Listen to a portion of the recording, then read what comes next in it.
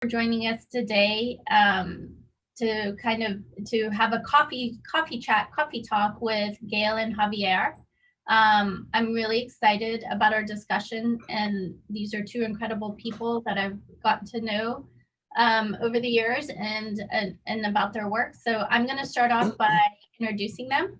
First, we have Gail Peterson. Gail is an associate fellow at the said Business School, University of Oxford, where she directs the Oxford Impact Investing and Social Finance program. She's the co-founder of PFC Social Impact Advisors, an international consultancy offering strategic guidance and leadership development, program strategy, and impact measures to leading philanthropic foundations, corporations, impact investors, governments, and intermediaries. She has managed and assessed more than $15 billion in philanthropic and impact investments. And she has advised social investors in more than 45 countries and has taught social investing classes in China, Africa, Europe, Russia, and North America. And we also have Javier van Cauweleart. I hope I said that right. Javier is an executive director of Smartfish, the only trading company in Mexico that sells artisanal Mexican sustainable seafood. Smartfish was founded in 2015 with the mission to promote the consumption of Mexican artisanal and sustainable seafood. And before joining Smartfish, Javier worked for over 5 years in Grupo Cantamar. And I am Renu Mittal with the Walton Family Foundation. I have over 16 years of experience working in philanthropy, and my work has been focused on human well-being while also improving and sustainably managing our natural resources, and specifically sustainable fisheries management. So today we're going to have this opportunity to listen to Gail and Javier talk about the importance of working with small-scale fishing communities and the critical role they play in supporting the long-term sustainability of fisheries. So I'm going to start off by asking Javier a question, and I'm hoping, Javier, you could tell us a little bit more about Smartfish, both for the for-profit and nonprofit entities. Yeah, sure. And thank you. Thank you for the invitation. I'm like, I don't know the word, I'm honored, but also scared to talk with someone like Gail and you with all the experience that you have. No, but I'm gonna try to do my best. So it's an honor for us too, Javier, please. So, well, regarding to your question is that, I mean, we built the Smartfish group to try to solve the problems of the consumer, the fisher, and the ocean, right? And we linked the consumer with the fisher, and we empower artisanal fishers to overcome the vicious cycle of overfishing and poverty, bringing improved artisanal seafood to preferential markets. And we do it with two different companies, the Smartfish NGO, that they work directly with the co-ops to improve their fishing, processing, and business practices, and to rescue the value of their catch. And then we, as a trading company, we sell that catch through preferential markets, and we work with them on what we call as good intermediaries. And to us, a good intermediary is someone that works with full transparency and traceability with the co-ops, and so everybody knows the cost and profits in each part of the value chain. We reduce the value chain because we believe that if you want to have sustainable seafood and you want to pay the fishers well for that food, but at the same time you want to have a good price in the market, then you have to shorten the value chain, and that's what we do. We have 2 stores right now in Mexico City.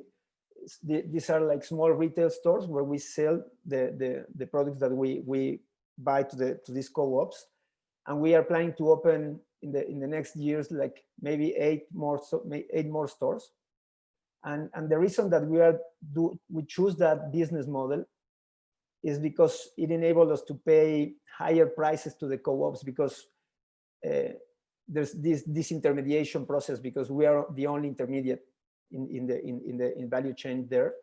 It gives us the opportunity to communicate to customers, because you have to talk a lot to customers to talk about the project and about what we do and why we do it. It increases our brand recognition, and it gives us money to keep growing our impact. And as I said, like selling sustainable seafood and telling customers about our project, about triple impact, about the problem in the ocean and everything is not straightforward. It's not something that you can just go there and talk to people, right?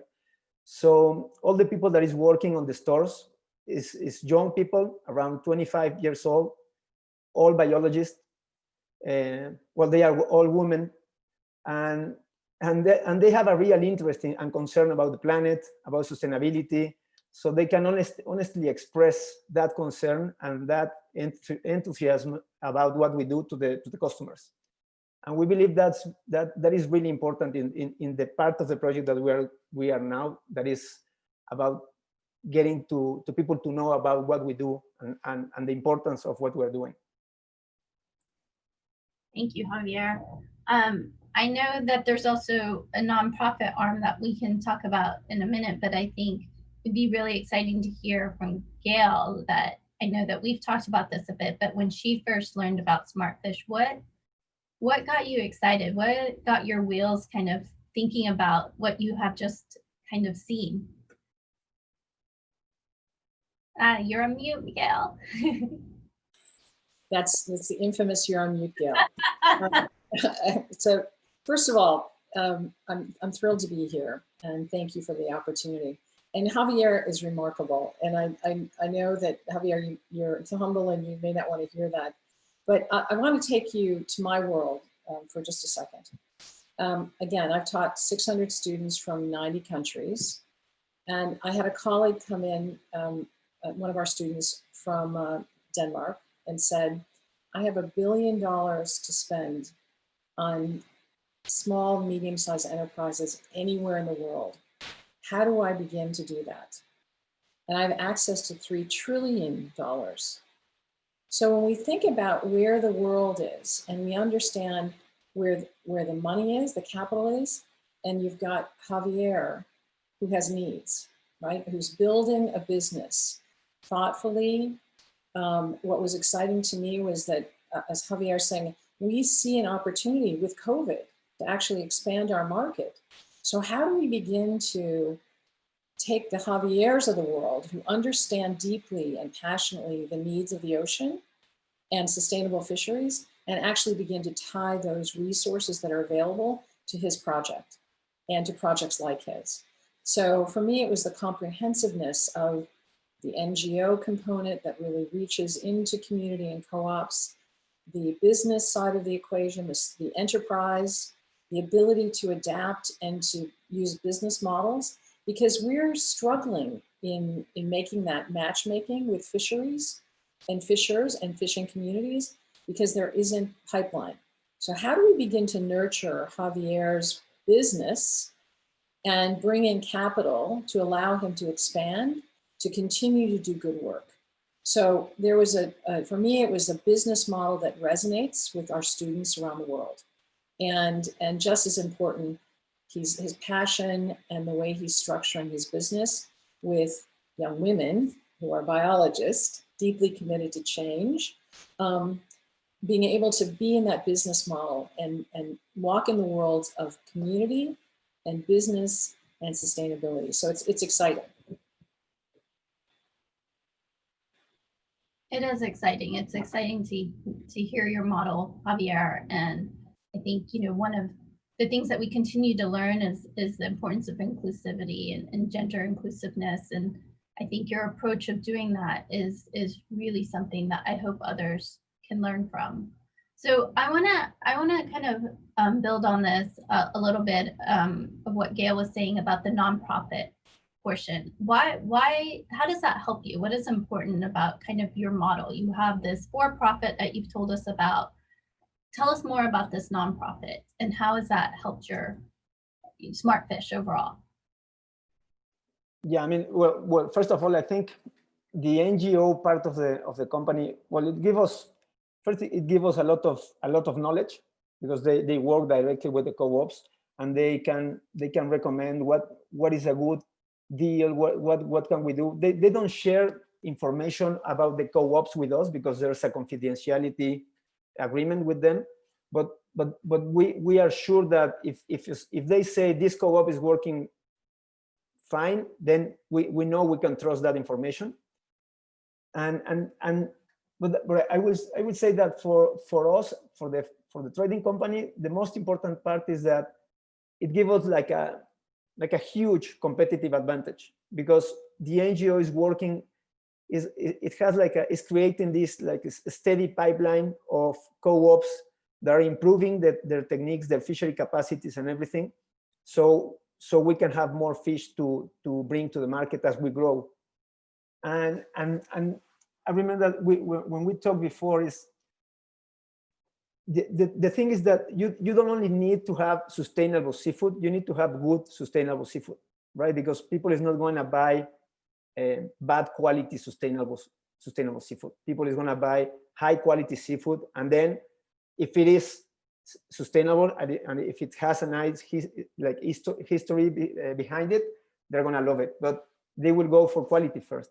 And that is one of the things that the NGO does. They work directly with the co-ops, so they improve the way they fish, they handle the fish from the moment they caught it, how they caught it, what they use to catch the fish, how they sacrifice it, and the cold chain and everything. So the co-op is working with the NGO works with the co-op to really bring them to a place where they are ready they have a product that is ready to go into the best markets. And they work with them with a triple impact approach. So they are really taking care about the social part of the community, and that the money that we pay really goes into the people in the community and stuff like that. So we can be sure that what we are doing is really helping that co-op or that community.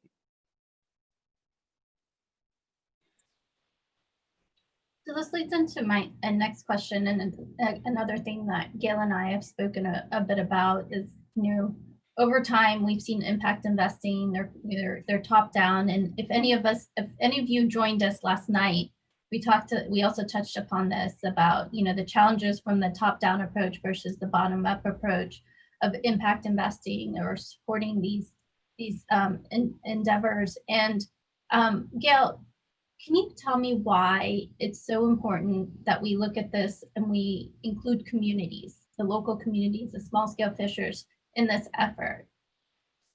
Well, so I am, I say this affectionately with my students. I'm kind of the queen of doom. And the reason they call me that is I teach do no harm. And when we do impact investing, and colleagues do not work from the ground up, they don't understand the system in which they're working. They don't understand the consequence of bad investment. So by working from the ground up and working closely with Javier and the nonprofit arm to truly understand the impact on community and the needs of community, you minimize harm. And for me, that's we're all in this to do good. And unless we build from the ground up, we've watched too many investments, but I analyze those deals that go wrong and go badly. And it's because of investors having great ideas at the top, but not really understanding how to work on the community level. And I think that this is an enormous opportunity right now. We've watched environmental social governance investments, ESG, people have heard about ESG, really being able to ride the economic downturn of COVID. So those investments are really skyrocketing and being perceived by the investment community as positive. What we need to do now is to make sure that those investment resources actually reach community. And so I think I would challenge our colleagues who are listening to actually build those bridges. How do we begin to build bridges with impact investors and the community? And how do we begin to create prototypes that bring in multiple sources of income? Philanthropy, public sector investment, private sector investment, to actually go deep into community in a positive way. Because when you think about, and Javier, we've talked about this, it's not just sustainable fisheries. It's what do fishers need? Good housing, good healthcare, good quality education. And in order to create a healthy community, oh, sorry. Hang on a second. We have a dog barking. To create that community, it's going to require creativity of different funders and different investors. Javier, your reaction to that, and Renu? Yeah, I mean, the thing is that whenever you have, I think whenever you find you have an environmental problem, you have a social problem, right? They are always linked together. You cannot separate the community that works in a place with that place.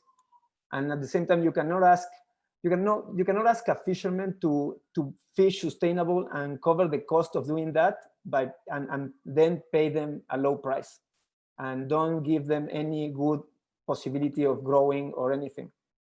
And at the same and on the other side, if you work with them and if you trust them and if you are honest with them and you can help them, and if they can receive a good payment for what they are doing, they're going to do it much more happily and with commitment.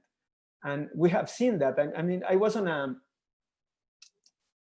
I mean, we have seen them with the co-ops that we work with, that they were maybe reluctant to start doing this effort because it's much harder to have sustainable seafood of high quality than just seafood, right? It's a lot of work for them. And so they were doing like, we don't know if we're going to do it. And I mean, at the end, we're paying them like 100% more for their catch. And then they say, okay, let's start. We're going to put maybe 2 boats on the sea to this project and start. And after like 3 or 4 months, they say, we are sending all our boats that can fish that fish for you, because all of them are really happy with the money they're getting. And we know this project is going to help us to have a sustainable business. And at the same time, it's people from that community. I read a chat, and I'm on a WhatsApp chat of a lot of fishermen, and they were complaining about the government and anything. And one guy from this community just wrote like something like, the government they are here like maybe 4 years, and we live from the ocean. We are the ones that have to care about the ocean and to make sustainable. So they know they have to do it sustainable, but they need to have a reward for that. And it's not like it's just a good payment, right? If you think that some fishermen get paid less for kilogram of fish of that maybe someone can get paid for a kilogram of garbage to recycle, it just doesn't make any sense. And you cannot ask that fisherman to do more job if you're not going to pay for it. It doesn't, right? I mean, no one here will do more job without any payment. So you cannot ask them that. I think that's beautifully said, and it's true. And I think we're all starting to learn that, whether it's fishers or just civil society, the government is here for 4 years, and then it's a new administration, and we start over again. I think what's interesting about this, and it's something that I have grappled with, is how your work is almost community by community, right? And this is a challenge both in Mexico, but globally. Like, do you both see this kind of work scaling? Like, how do we start to make this, the standard practice, and how do you see that shifting? Well, I think it gets back to real examples. I mean, in order to scale, and I think we have to be really clear about what scale means. And scale may be very different for Javier, meaning I want to have 8 stores. Scale may mean I want to have 800 stores. So it's really understanding what's feasible, what's realistic, but it's also prototypes, demonstrating what we're seeing with investors. And again, we had a conversation about lost in translation. Education's essential. Really getting investors to understand Javier's work, who he is, the approach he takes, really understanding and building trust. So we think about not just the business models are needed. I can demonstrate how I can make money or make a difference and make a difference. But it's also building a long-term relationship, because government may come and go. Investors, you want to bring in more money. So building trust with a smart plan, demonstrating impact, and really being able to attract the kind of capital that's available around the world is going to be essential. So doing that analysis, doing the convenings around pulling those players together who have the resources and commitment to invest in a Javier and we've always talked about pilot projects and prototypes, but when you blend capital so that philanthropy and impact investing and traditional finance work together, it will require a sophistication, as we talked about last night, a concierge or the champion to do that. So I think education, viable models, and really speaking from the heart and building trust with community and making it front and center and changing the dialogue, changing the formula. And I think with COVID, what we're seeing around the world, economics are changing. Economic models are being redeveloped, rethought to really put sustainability front and center. And riding that wave right now is going to be really important. Yeah, I agree with you. I think we see ourselves as trying to prove a case of success, right? If we can show that you can make a business by selling only sustainable seafood, then that's an example for others. And this is a huge market and it's a huge world. So we are not gonna like sell all the sustainable seafood in the world. So we have to show others that they can do it also. And I think, I mean, talking about COVID, for example, is like, it is, I don't know how to say it without a smile, because it's bad because of the COVID situation, but for us, it has been our best year, right? We grew our sales like 200% during COVID, and we grew online sales like 600% without paying not a single dollar on marketing or anything to just grow the sales. And we opened the other store, and we got a B Corp certification, and we enter in the top 25 list of North American seafood suppliers, making strides in sustainability. We have a great year this 2020, and I think it's because we have a model that is very resilient, because you can sell to different places, because you have a product that is a very high quality, and it has such a nice story behind it. And for example, what I told you before is during COVID that no one was buying from fishers. We were the only ones buying from the co-ops that we work with, and we were able to maintain the same price and same conditions and everything. So I think this is a model that must be replicated, and I think it's also an example that, talking about the money that you can, right, that you can deliver to different like enterprises. I think it's also a model that can show what type of money you need to grow this type of business, because I mean it's a social and environmental impact company, and we are not delivering huge return on investment, but we are steadily growing, right? It's like a 200% growth in this month, but we're going to end up this year with, I think, like a 500% growth from 2018 to now. So it is a business that is growing, and it has a potential impact to grow in other places. And I think it's a model that can be replicated in a lot of places, in a lot of countries that has very similar situations that the ones that we have, right? And I mean, artisanal fishers are like 90% of the fishers in the world, and they deserve an opportunity to have a good business model and a good intermediary. And I think, or we believe that they need a good intermediary because they like to fish. We have this idea that all of them are gonna want to also trade, but what they like to do is to fish. It's like, if I talk to you now and you say, oh, with all the background that you have, okay, so right now what you should do is start fishing. You say, it's not something I can do. So what I need is someone that can fish for me. Like, and they need someone that can sell the fish they have, but in a good way for them. Yeah. So I think it's a model that can be replicated, and I believe that is our role. And I think also think that I have to be more ambitious, have a bigger picture of what we can do, so we can ask for more money, right? Because we are getting the money that we are asking for, but it's small amounts of money. Gail, do you want to add to that? I know we talked a little bit about COVID, and Javier did grow 500% this year, but how do you see other businesses similar to Javier kind of being able to continue that growth or stay stable, or hopefully not go backwards? Well, and we think about it. I mean, let's face it, the tech industry has done very well during COVID.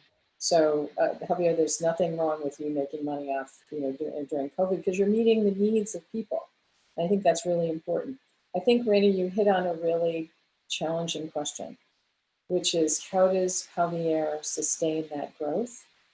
And what's the role of philanthropy and venture capital to allow him to stay? And I think one of the gaps that in our conversations, Javier and Renu, there isn't a technical assistance provider for businesses like Javier's. There is for the nonprofit arm, and you can get a loan, a low interest loan, which is great, Javier. But who's there to help you really think about what it takes to sustain your growth and continue to scale? And that, I think, correct me if I'm wrong, Javier, is a gap in the field right now. So if you're going to be a prototype for the rest of the world, which you can be, what's the intentionality behind helping you do what you need to do to sustain yourself and to scale and to grow? And I think that that's a gap in the system right now. And I think it requires some creative thought and some creative money that can be leveraged. So I'd love, Javier, your thoughts and Renu on where those resources can come from. I'd love to do matchmaking with our students. As a matter of fact, we're launching Impact Investing virtual program at Oxford on next Tuesday. And we do have a colleague from Mexico City. So this will be a conversation during class. But again, matchmaking, how do we make sure that Javier does well and grows, and what gaps can be filled by whom? Renu, do you want to go first? No? Okay.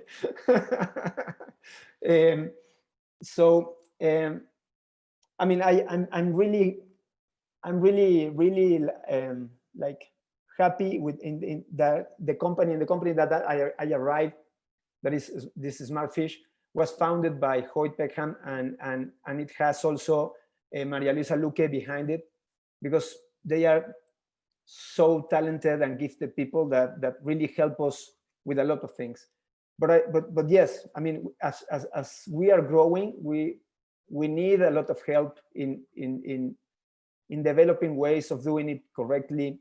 How can we grow our capacity? How can we have a better influx of money to have working capital enough to grow? If we grow much faster than we are doing it right now, we're going to need a lot of money very, very soon to buy the fish, because yeah, as I told you, it's frozen money, right? We buy the money, we buy frozen fish and put it on a freezer, and until we sell it, we froze that money there. But we have a lot of needs of support, and yeah, if we can And I mean, we are right now at Math Challenge, and we won our category on the MIT Solve channel for a challenge for seafood safety and for sustainable systems. And we are hoping to have a lot of learning from these communities. But yeah, what you say is totally correct. Is when you receive a loan, it could be good to have more assistance on how to work with it. And it's the same as I told you that we want to help one of the co-ops to kind of finance part of the building of a processing plant for them. And we have to do the same jobs to them, right? It's not that we can just give them the money and that's it. It's before giving the money to them, we are trying to do a due diligence and build the business model for the plant and give them that support, so they know it is a business, or maybe they know that it doesn't make any sense to do it. So yeah, as we help down to the co-ops, we need help from the other side of the money. Yeah, I think it's an interesting question, and for many of you in the audience, this is something that Walton Family Foundation has started to work with Gail on, to really understand what is that model and how should giving be structured. Where does philanthropy play a role? Where does government? Where does private capital? How do we, as Gail said, do this matchmaking? And it's something that we're trying to figure out. I think philanthropy can play a role in this sense with the NGO arm and supporting efforts to build the capacity of the fishers, to improve the quality, the management of their fisheries. But then, you still have this for-profit arm that's struggling to find capital. And I think that's something that, we need to work together to figure out. Last night, as I mentioned, we had another session, and there was one idea that came up, or that one of our other panelists had been using, but they had a quarterback. They had a quarterback that pushed, the efforts to the next stage, to the next step. So it's like, how do we identify these quarterbacks? How do we nurture them so that they're part of these efforts? And I think that's something, I'm trying to figure out. I'm learning each day, but I'm sure, Gail's been guiding us the whole way through. So I'm going to let Gail jump in on this too. Yeah, I actually think that when we look at the models that we're using locally in the shops, biologists coming together around a business model, and I think, Javier, that academic institutions can be bureaucratic and painful to work with. Mine's been around for 800 years and has an interesting history. Having said that, business schools with biology students actually coming together to create business plans, helping create business plans and strategies in schools of social enterprise. I know that we're going to be actually taking smart fish as a case study to our students in impact investing.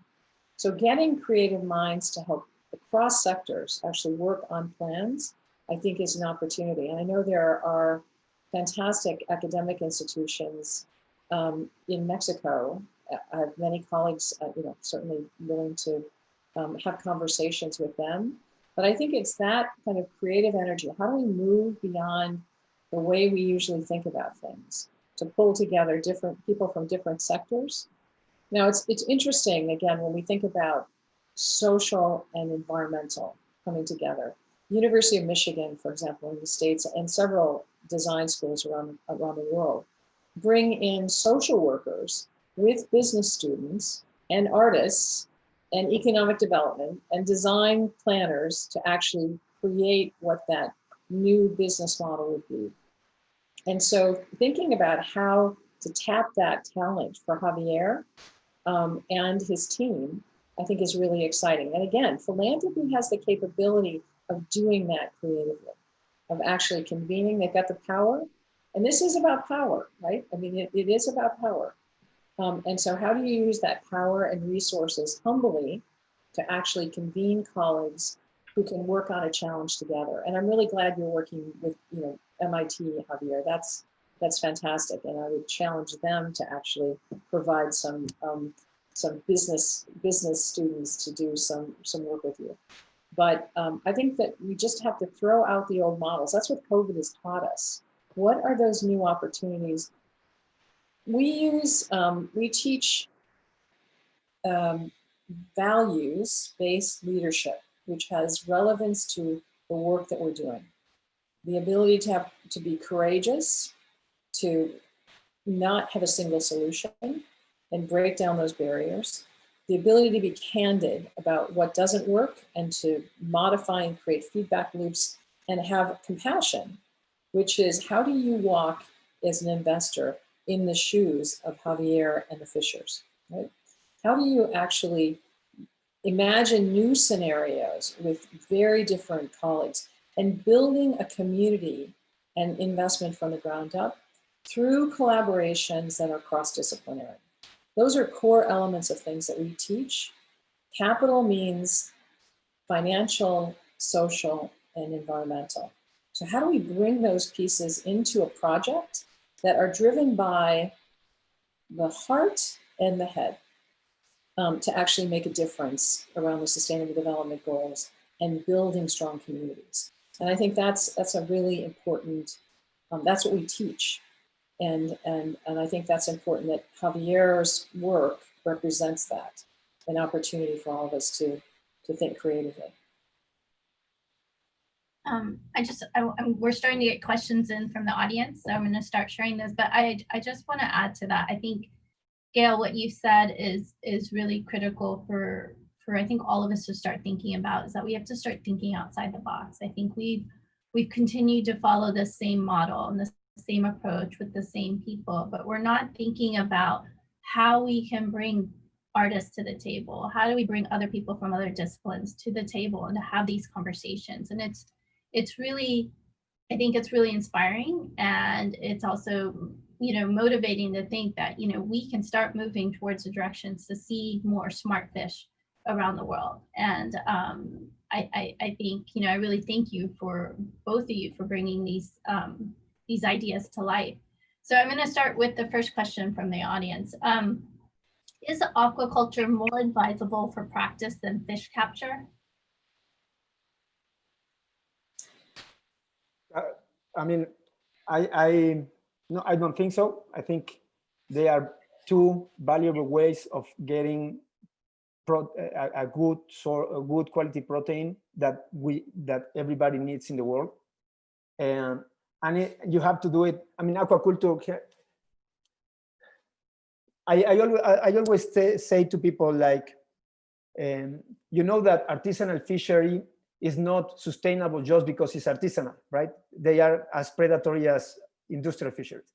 And it's the same for aquaculture. Aquaculture is not sustainable just because it's aquaculture. Like 90% of aquaculture farms are not sustainable. So aquaculture and fishing are the way to go if they are both if you do it both in a sustainable way. Well, I think that's about education too.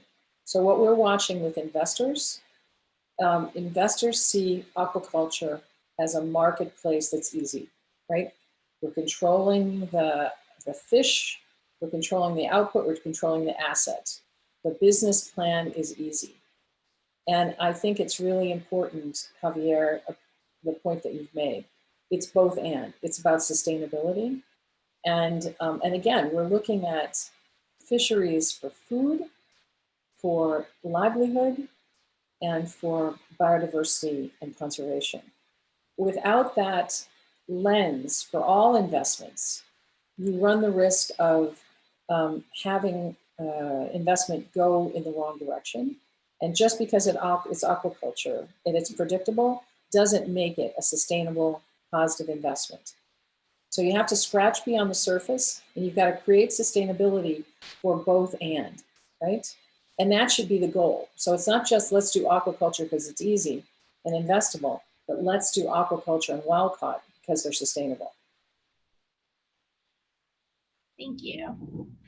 So our next question is, what is the best method to test for significance of the species composition between two fishing techniques? This is might be more on the science. Yeah, I'm not sure. I mean, what you care, or at least is how I understand it, is like what you care about the fishing technique is how selective it is and how harmful to the environment it is. So if you are fishing with a hook that you control the size of the hook, and so you can control the size of the fish that is gonna chew on that hook, right? If you put a hook that is this size, you are not gonna be able to catch a fish that is this size. So if you wanna select a minimum size of fish, you can change the size of the hook, and it gives you an opportunity. So that's one of the ways I would say that a fishing technique is better. Then if you say I'm fishing with dynamite, as people does, you know that's the worst way of doing it, right? or putting cyanide into the water or stuff like that. So I will say that is one of the ways, and I think some of the species that we are eating should be fish only with some of the techniques, like tuna, for example. We should eat tuna that is caught. That is my idea. Don't, because somebody can get sentimental about this, but I believe that tuna, if we eat tuna, should be caught by a hook and not with nets, for example. And that will reduce the amount of tuna, yeah, but it will give you a more sustainable business. I mean, you know that there's this report, the Sunken Million report, that says that we lost like $83 billion annually because we are not fishing sustainably. So it's like there's a way of having more money doing it sustainable than the way we're doing it right now. Yeah. And that selection is important. If you want to have, for example, high quality fish, one of the ways of doing it is that you have to bleed the fish. You have to take the blood out of the fish. And you cannot do that on a fish that has been dead for 12 hours on a net, right? You need the fish to be alive when you take it into the boat. So the only way of doing it is that you catch it with a trap or with a hook. So that's the way I will go with that question. And I think that, oh, go ahead. Oh, no, I was actually going to do a moderate joke that says, Javier, I don't even catch anything, regardless of the size hook. So we know trolling is bad, and we know, for me, I'll need to come down and I'll need to try to do some fishing so I can actually catch something. Yeah, I mean, if you can know like what is the bycatch of the technique that you're using, right? Yeah. If your bycatch, for example, with shrimp, the bycatch is between 40 to 90%. So it's like for each pound of shrimp, like 9 pounds are thrown away, right? So that would be the worst decision, right? If you can have shrimp that is caught with a net that doesn't have that bycatch, great. And there is that possibility. I mean, in Mexico, there's the Del Pacifico company, and that shrimp has zero bycatch, right? So. Yeah. And that kind of makes me think, one question that I had was, the work that you do, Javier, is the fishers are fishing sustainably. They're making more money than they did before. So do you also see their fishing efforts going down, or are they still then trying to catch the same amount of fish? I mean, that's like when you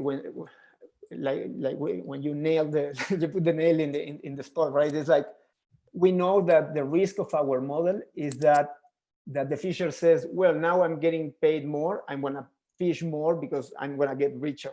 And yeah, that's one of the things that we try to avoid, and there's different things into that to answer that. One is that when we ask the fishers to increase the quality, they have, for example, they have to catch it with a trap, or they have to catch it with a hook, and they have to bleed it, and they have to put ice on the ship, on the boat and everything. All of that reduce their capacity of fishing more in each trip. So if they don't increase the trips or they don't increase the number of boats, just by doing what we ask them to do, they decrease the number of fish they catch, right? Yeah. So that's one of ways of controlling it. But the other is that for example, with one of the co-ops, the NGO part of the company, they managed to get them to sign an agreement that they are gonna go strictly with the sustainability like restrictions. They are not gonna fish smaller sizes. They are not going to fish more fish than what they were caught before. So you can have those agreements if you are having a good deal with them. Yeah, thank you. So another question from the audience: what are the main considerations to start a ground-up sustainable enterprise? That's not me, right? I think it's both of you. What are the main ingredients that you need to start ground? Main ingredients, yeah. I think you need a passionate leader. I think you need to have colleagues that are committed and passionate about building a business. So you need a Javier with vision and energy. So you've got to have that on the ground. You need to begin to partner, and you need to have a loud voice, right? So Javier is an intermediary, and I want to, at some point, make sure that everyone understands what an intermediary is. Maybe we've had that definition, but often in class, my colleagues in finance don't know what an intermediary is. So having someone with a passion to build the business, having deep connections to the communities, the fishers that are being served, and then looking strategically at who those investors are. And not depending on just one, but having those committed investors who are willing to take a risk. Philanthropy, Walton's been there. You've got other philanthropists, you've got family offices, you've got other kinds of investors, especially young investors who are looking to make a difference in the world. So putting together that ecosystem, and I'm happy to share what that ecosystem looks like from our perspective. But again, you've got to have that ecosystem of investors, of passionate business, and committed community. Because if you're not working at a community level and they don't believe in the business model, it's not going to happen. So I think for me, that's a corpus. And there has to be real dollars, real commitment, and a business plan that is that's robust, that shows that ecosystem working together. Javier, do you want to add to that? No, I mean, we try to, I think we are trying to build a company that is also attractive to people that wants to support with money. But yeah, I guess you need to have you need to find you need to be really honest. You need to be really clear with what you do, with what your goals are, and how you're doing what you say you are doing, right? So yeah, I will go with that. But the expert here, I think, is Gail. I wish, huh? Okay, so we have a few more minutes. We have one last question. And this is an interesting question. I like this. How can human capital and social capital improve fishery sustainability? And I think we've touched on it a bit today, but this could be a good way to close out our session. Yeah, I mean, do you want me to go first?